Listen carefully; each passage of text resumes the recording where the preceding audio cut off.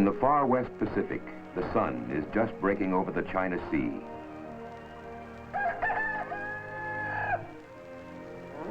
Another day is beginning in Southeast Asia as the warm, humid night slowly turns into a hot, humid day. If it were a different time and a different day, this quiet early morning countryside would be a thing of beauty. But it is today, another day of war in Vietnam.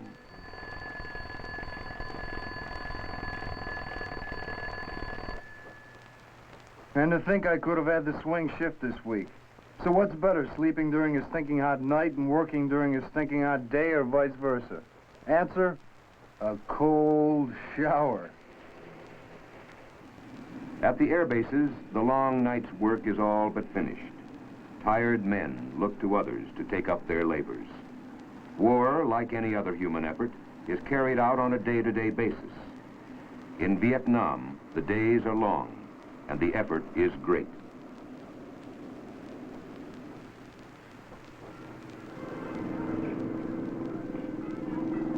Throughout the Republic of South Vietnam, at odd-sounding places like Da Nang, Quy Nhon, Pleiku, Nha Trang, Bien Hoa, and Tan Son Nhut, another day of war, another day of work begins.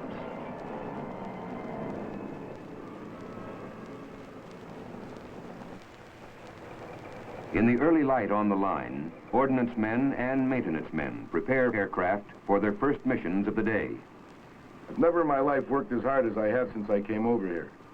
Everybody works at least 12 hours a day. There's a lot to do on airplanes that are used as much as ours are. They have to be in top condition when they go out, or they may never come back. So we take a lot of pains to keep them in good shape. A lot of pains. They say genius is an infinite capacity for taking pains. I guess that makes geniuses out of us guys on the flight line. Others in remote areas are also preparing for the day's work ahead. Forward air controllers inspect the little planes they call bird dogs before taking off to seek out the evasive Vietcong. Vietnamese airborne troops double-check their equipment as combat support units ready the transport aircraft that will drop them into Vietcong territory.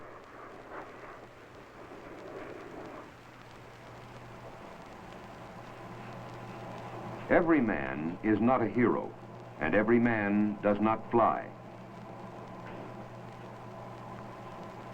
In war, there is a time to destroy and a time to build, all in the turn of a day. Building can be seen every day, everywhere in South Vietnam. Bases grow rapidly under difficult tropical conditions, and the eye of a crafty foe. Some of the buildings we put up aren't going to give Conrad Hilton any competition. That's for sure. But they serve their purpose. We put up a lot of them, and we put them up fast. Some of them are made out of plastic. We blow them up like giant balloons.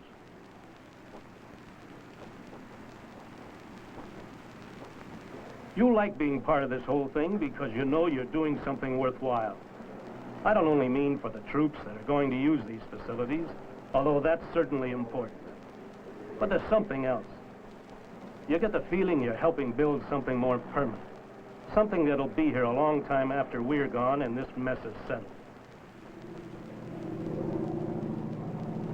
Modern air bases number few, but tiny airstrips flourish and provide landing areas for delivery of supplies to remote areas. Cargo airlifts are the vital link between supply centers and men fighting in the wilderness. You call, we haul is our motto. And we're sure glad to be able to deliver the goods to the guys out here in the boondocks. Not too long ago, those little men in the black pajamas were running up and down the hinterlands, killing and maiming and stealing, with hardly anyone around to stop them. Well, now there aren't quite as many of them, and they aren't quite as cocky. Our guys and the tough Vietnamese forces we're supporting are seeing to that.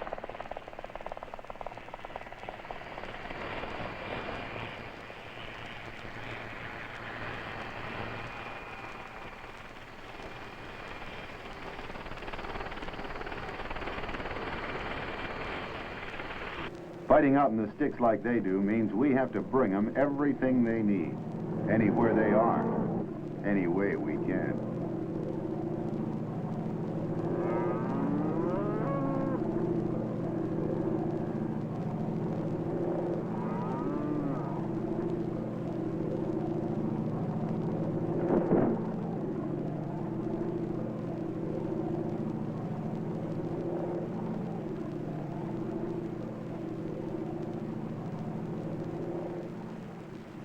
War is rarely fought only in the field.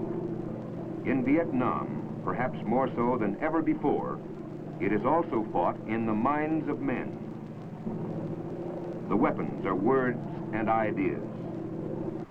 You hear a lot about the power that ideas have, good ones or bad ones. It doesn't matter which. You can see the Kong idea at work in the atrocities they commit, and the fierce way they fight.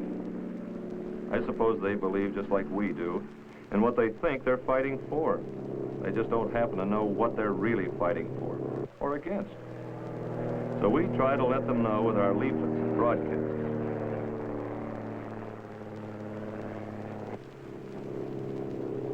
Besides philosophy, they have lots of concrete reasons for coming over to our side, like food, medical care, reunion with their families, and a good price for their weapons. While we're giving them the word, we also provide them with safe conduct passes that will let them return and establish their allegiance to the government of Vietnam. Last I heard, some 30,000 had come over. These people bring a lot of valuable information with them. After a little retraining, most of them become useful citizens again. Even in war, there is a time to comfort and care for the innocent and the stricken. Air Force doctors in remote areas devote considerable portions of their skimpy spare time to healing the sick and wounded who are not in uniform. We see a lot of the same type of problems over here that we'd see anyplace else. There's a lot of pneumonia, malaria, worms, running ears,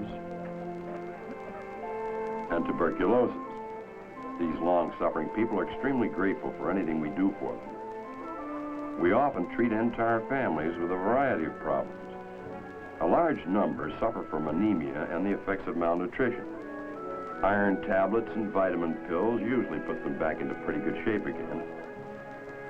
Some of the conditions we run across, most of us wouldn't see in a lifetime of practice in the States. Many of these people have had serious diseases like leprosy for years and have never received any medical attention whatsoever. The ravages of disease fought in Vietnamese villages. The ravages of tyranny fought from the skies over Vietnam.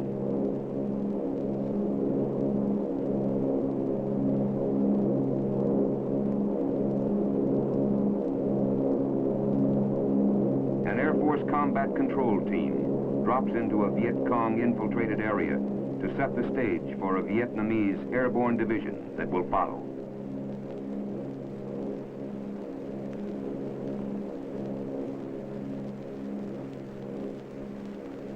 The drop zone is marked as a target for the Vietnamese paratroopers.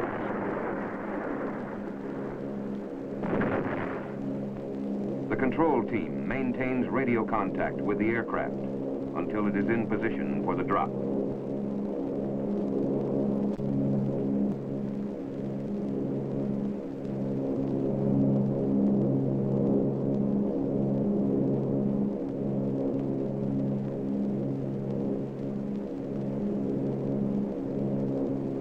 On the ground, the airborne troops await the paradrop of bulk supplies as they prepare to enter the enemy-dominated marsh country to hunt the hunter. Meanwhile, fighter aircraft are poised to swoop down and rake Vietcong troop concentrations, munitions dumps, and supply areas. The targets are hidden behind a mantle of dense vegetation. The forward air controller makes his search for the seemingly invisible enemy. Spotting his quarry, he marks the area for fighter aircraft to follow through.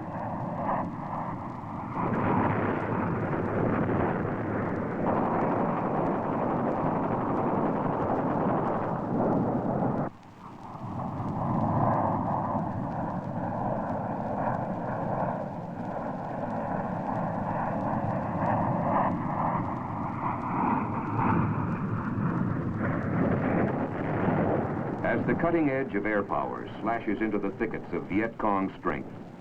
Farther north, vapor trails mark the paths of bombers that continue the daily bombardment of enemy installations, bridges, and underground tunnel complexes.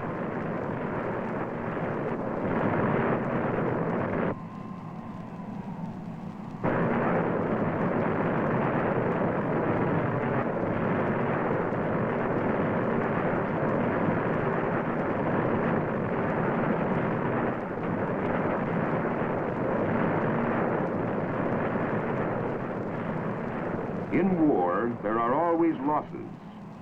Aircraft are crippled or destroyed. Sometimes airmen must abandon their damaged aircraft and descend into hostile country. Often within minutes, air rescue helicopters are at the scene searching the area. Once the pilot fires his smoke flare, we've got to move in fast, because the VC know where he is, just like we do.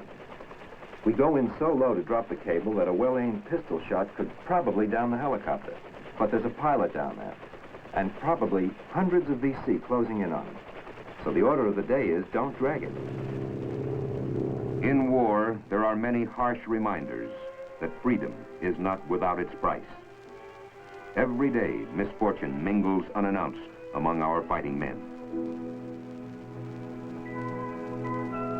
Hearts are often heavy as silent warriors who have given their final day are borne back to their native land.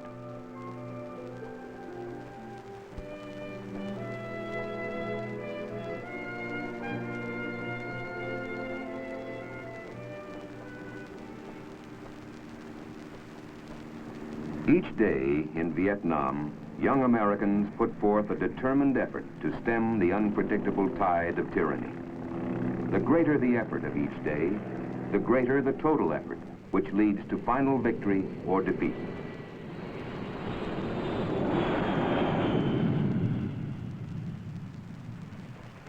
As this day begins to ebb into twilight, night warriors take up their tasks once again.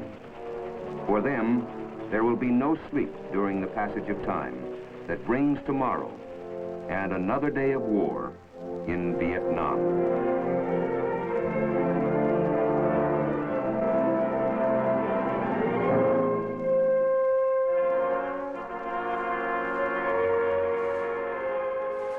Thanks for watching. If you'd like to help us produce more compelling historical content like this, please like, comment below, and share this video with fellow history buffs. And of course, be sure to subscribe to help keep history happening.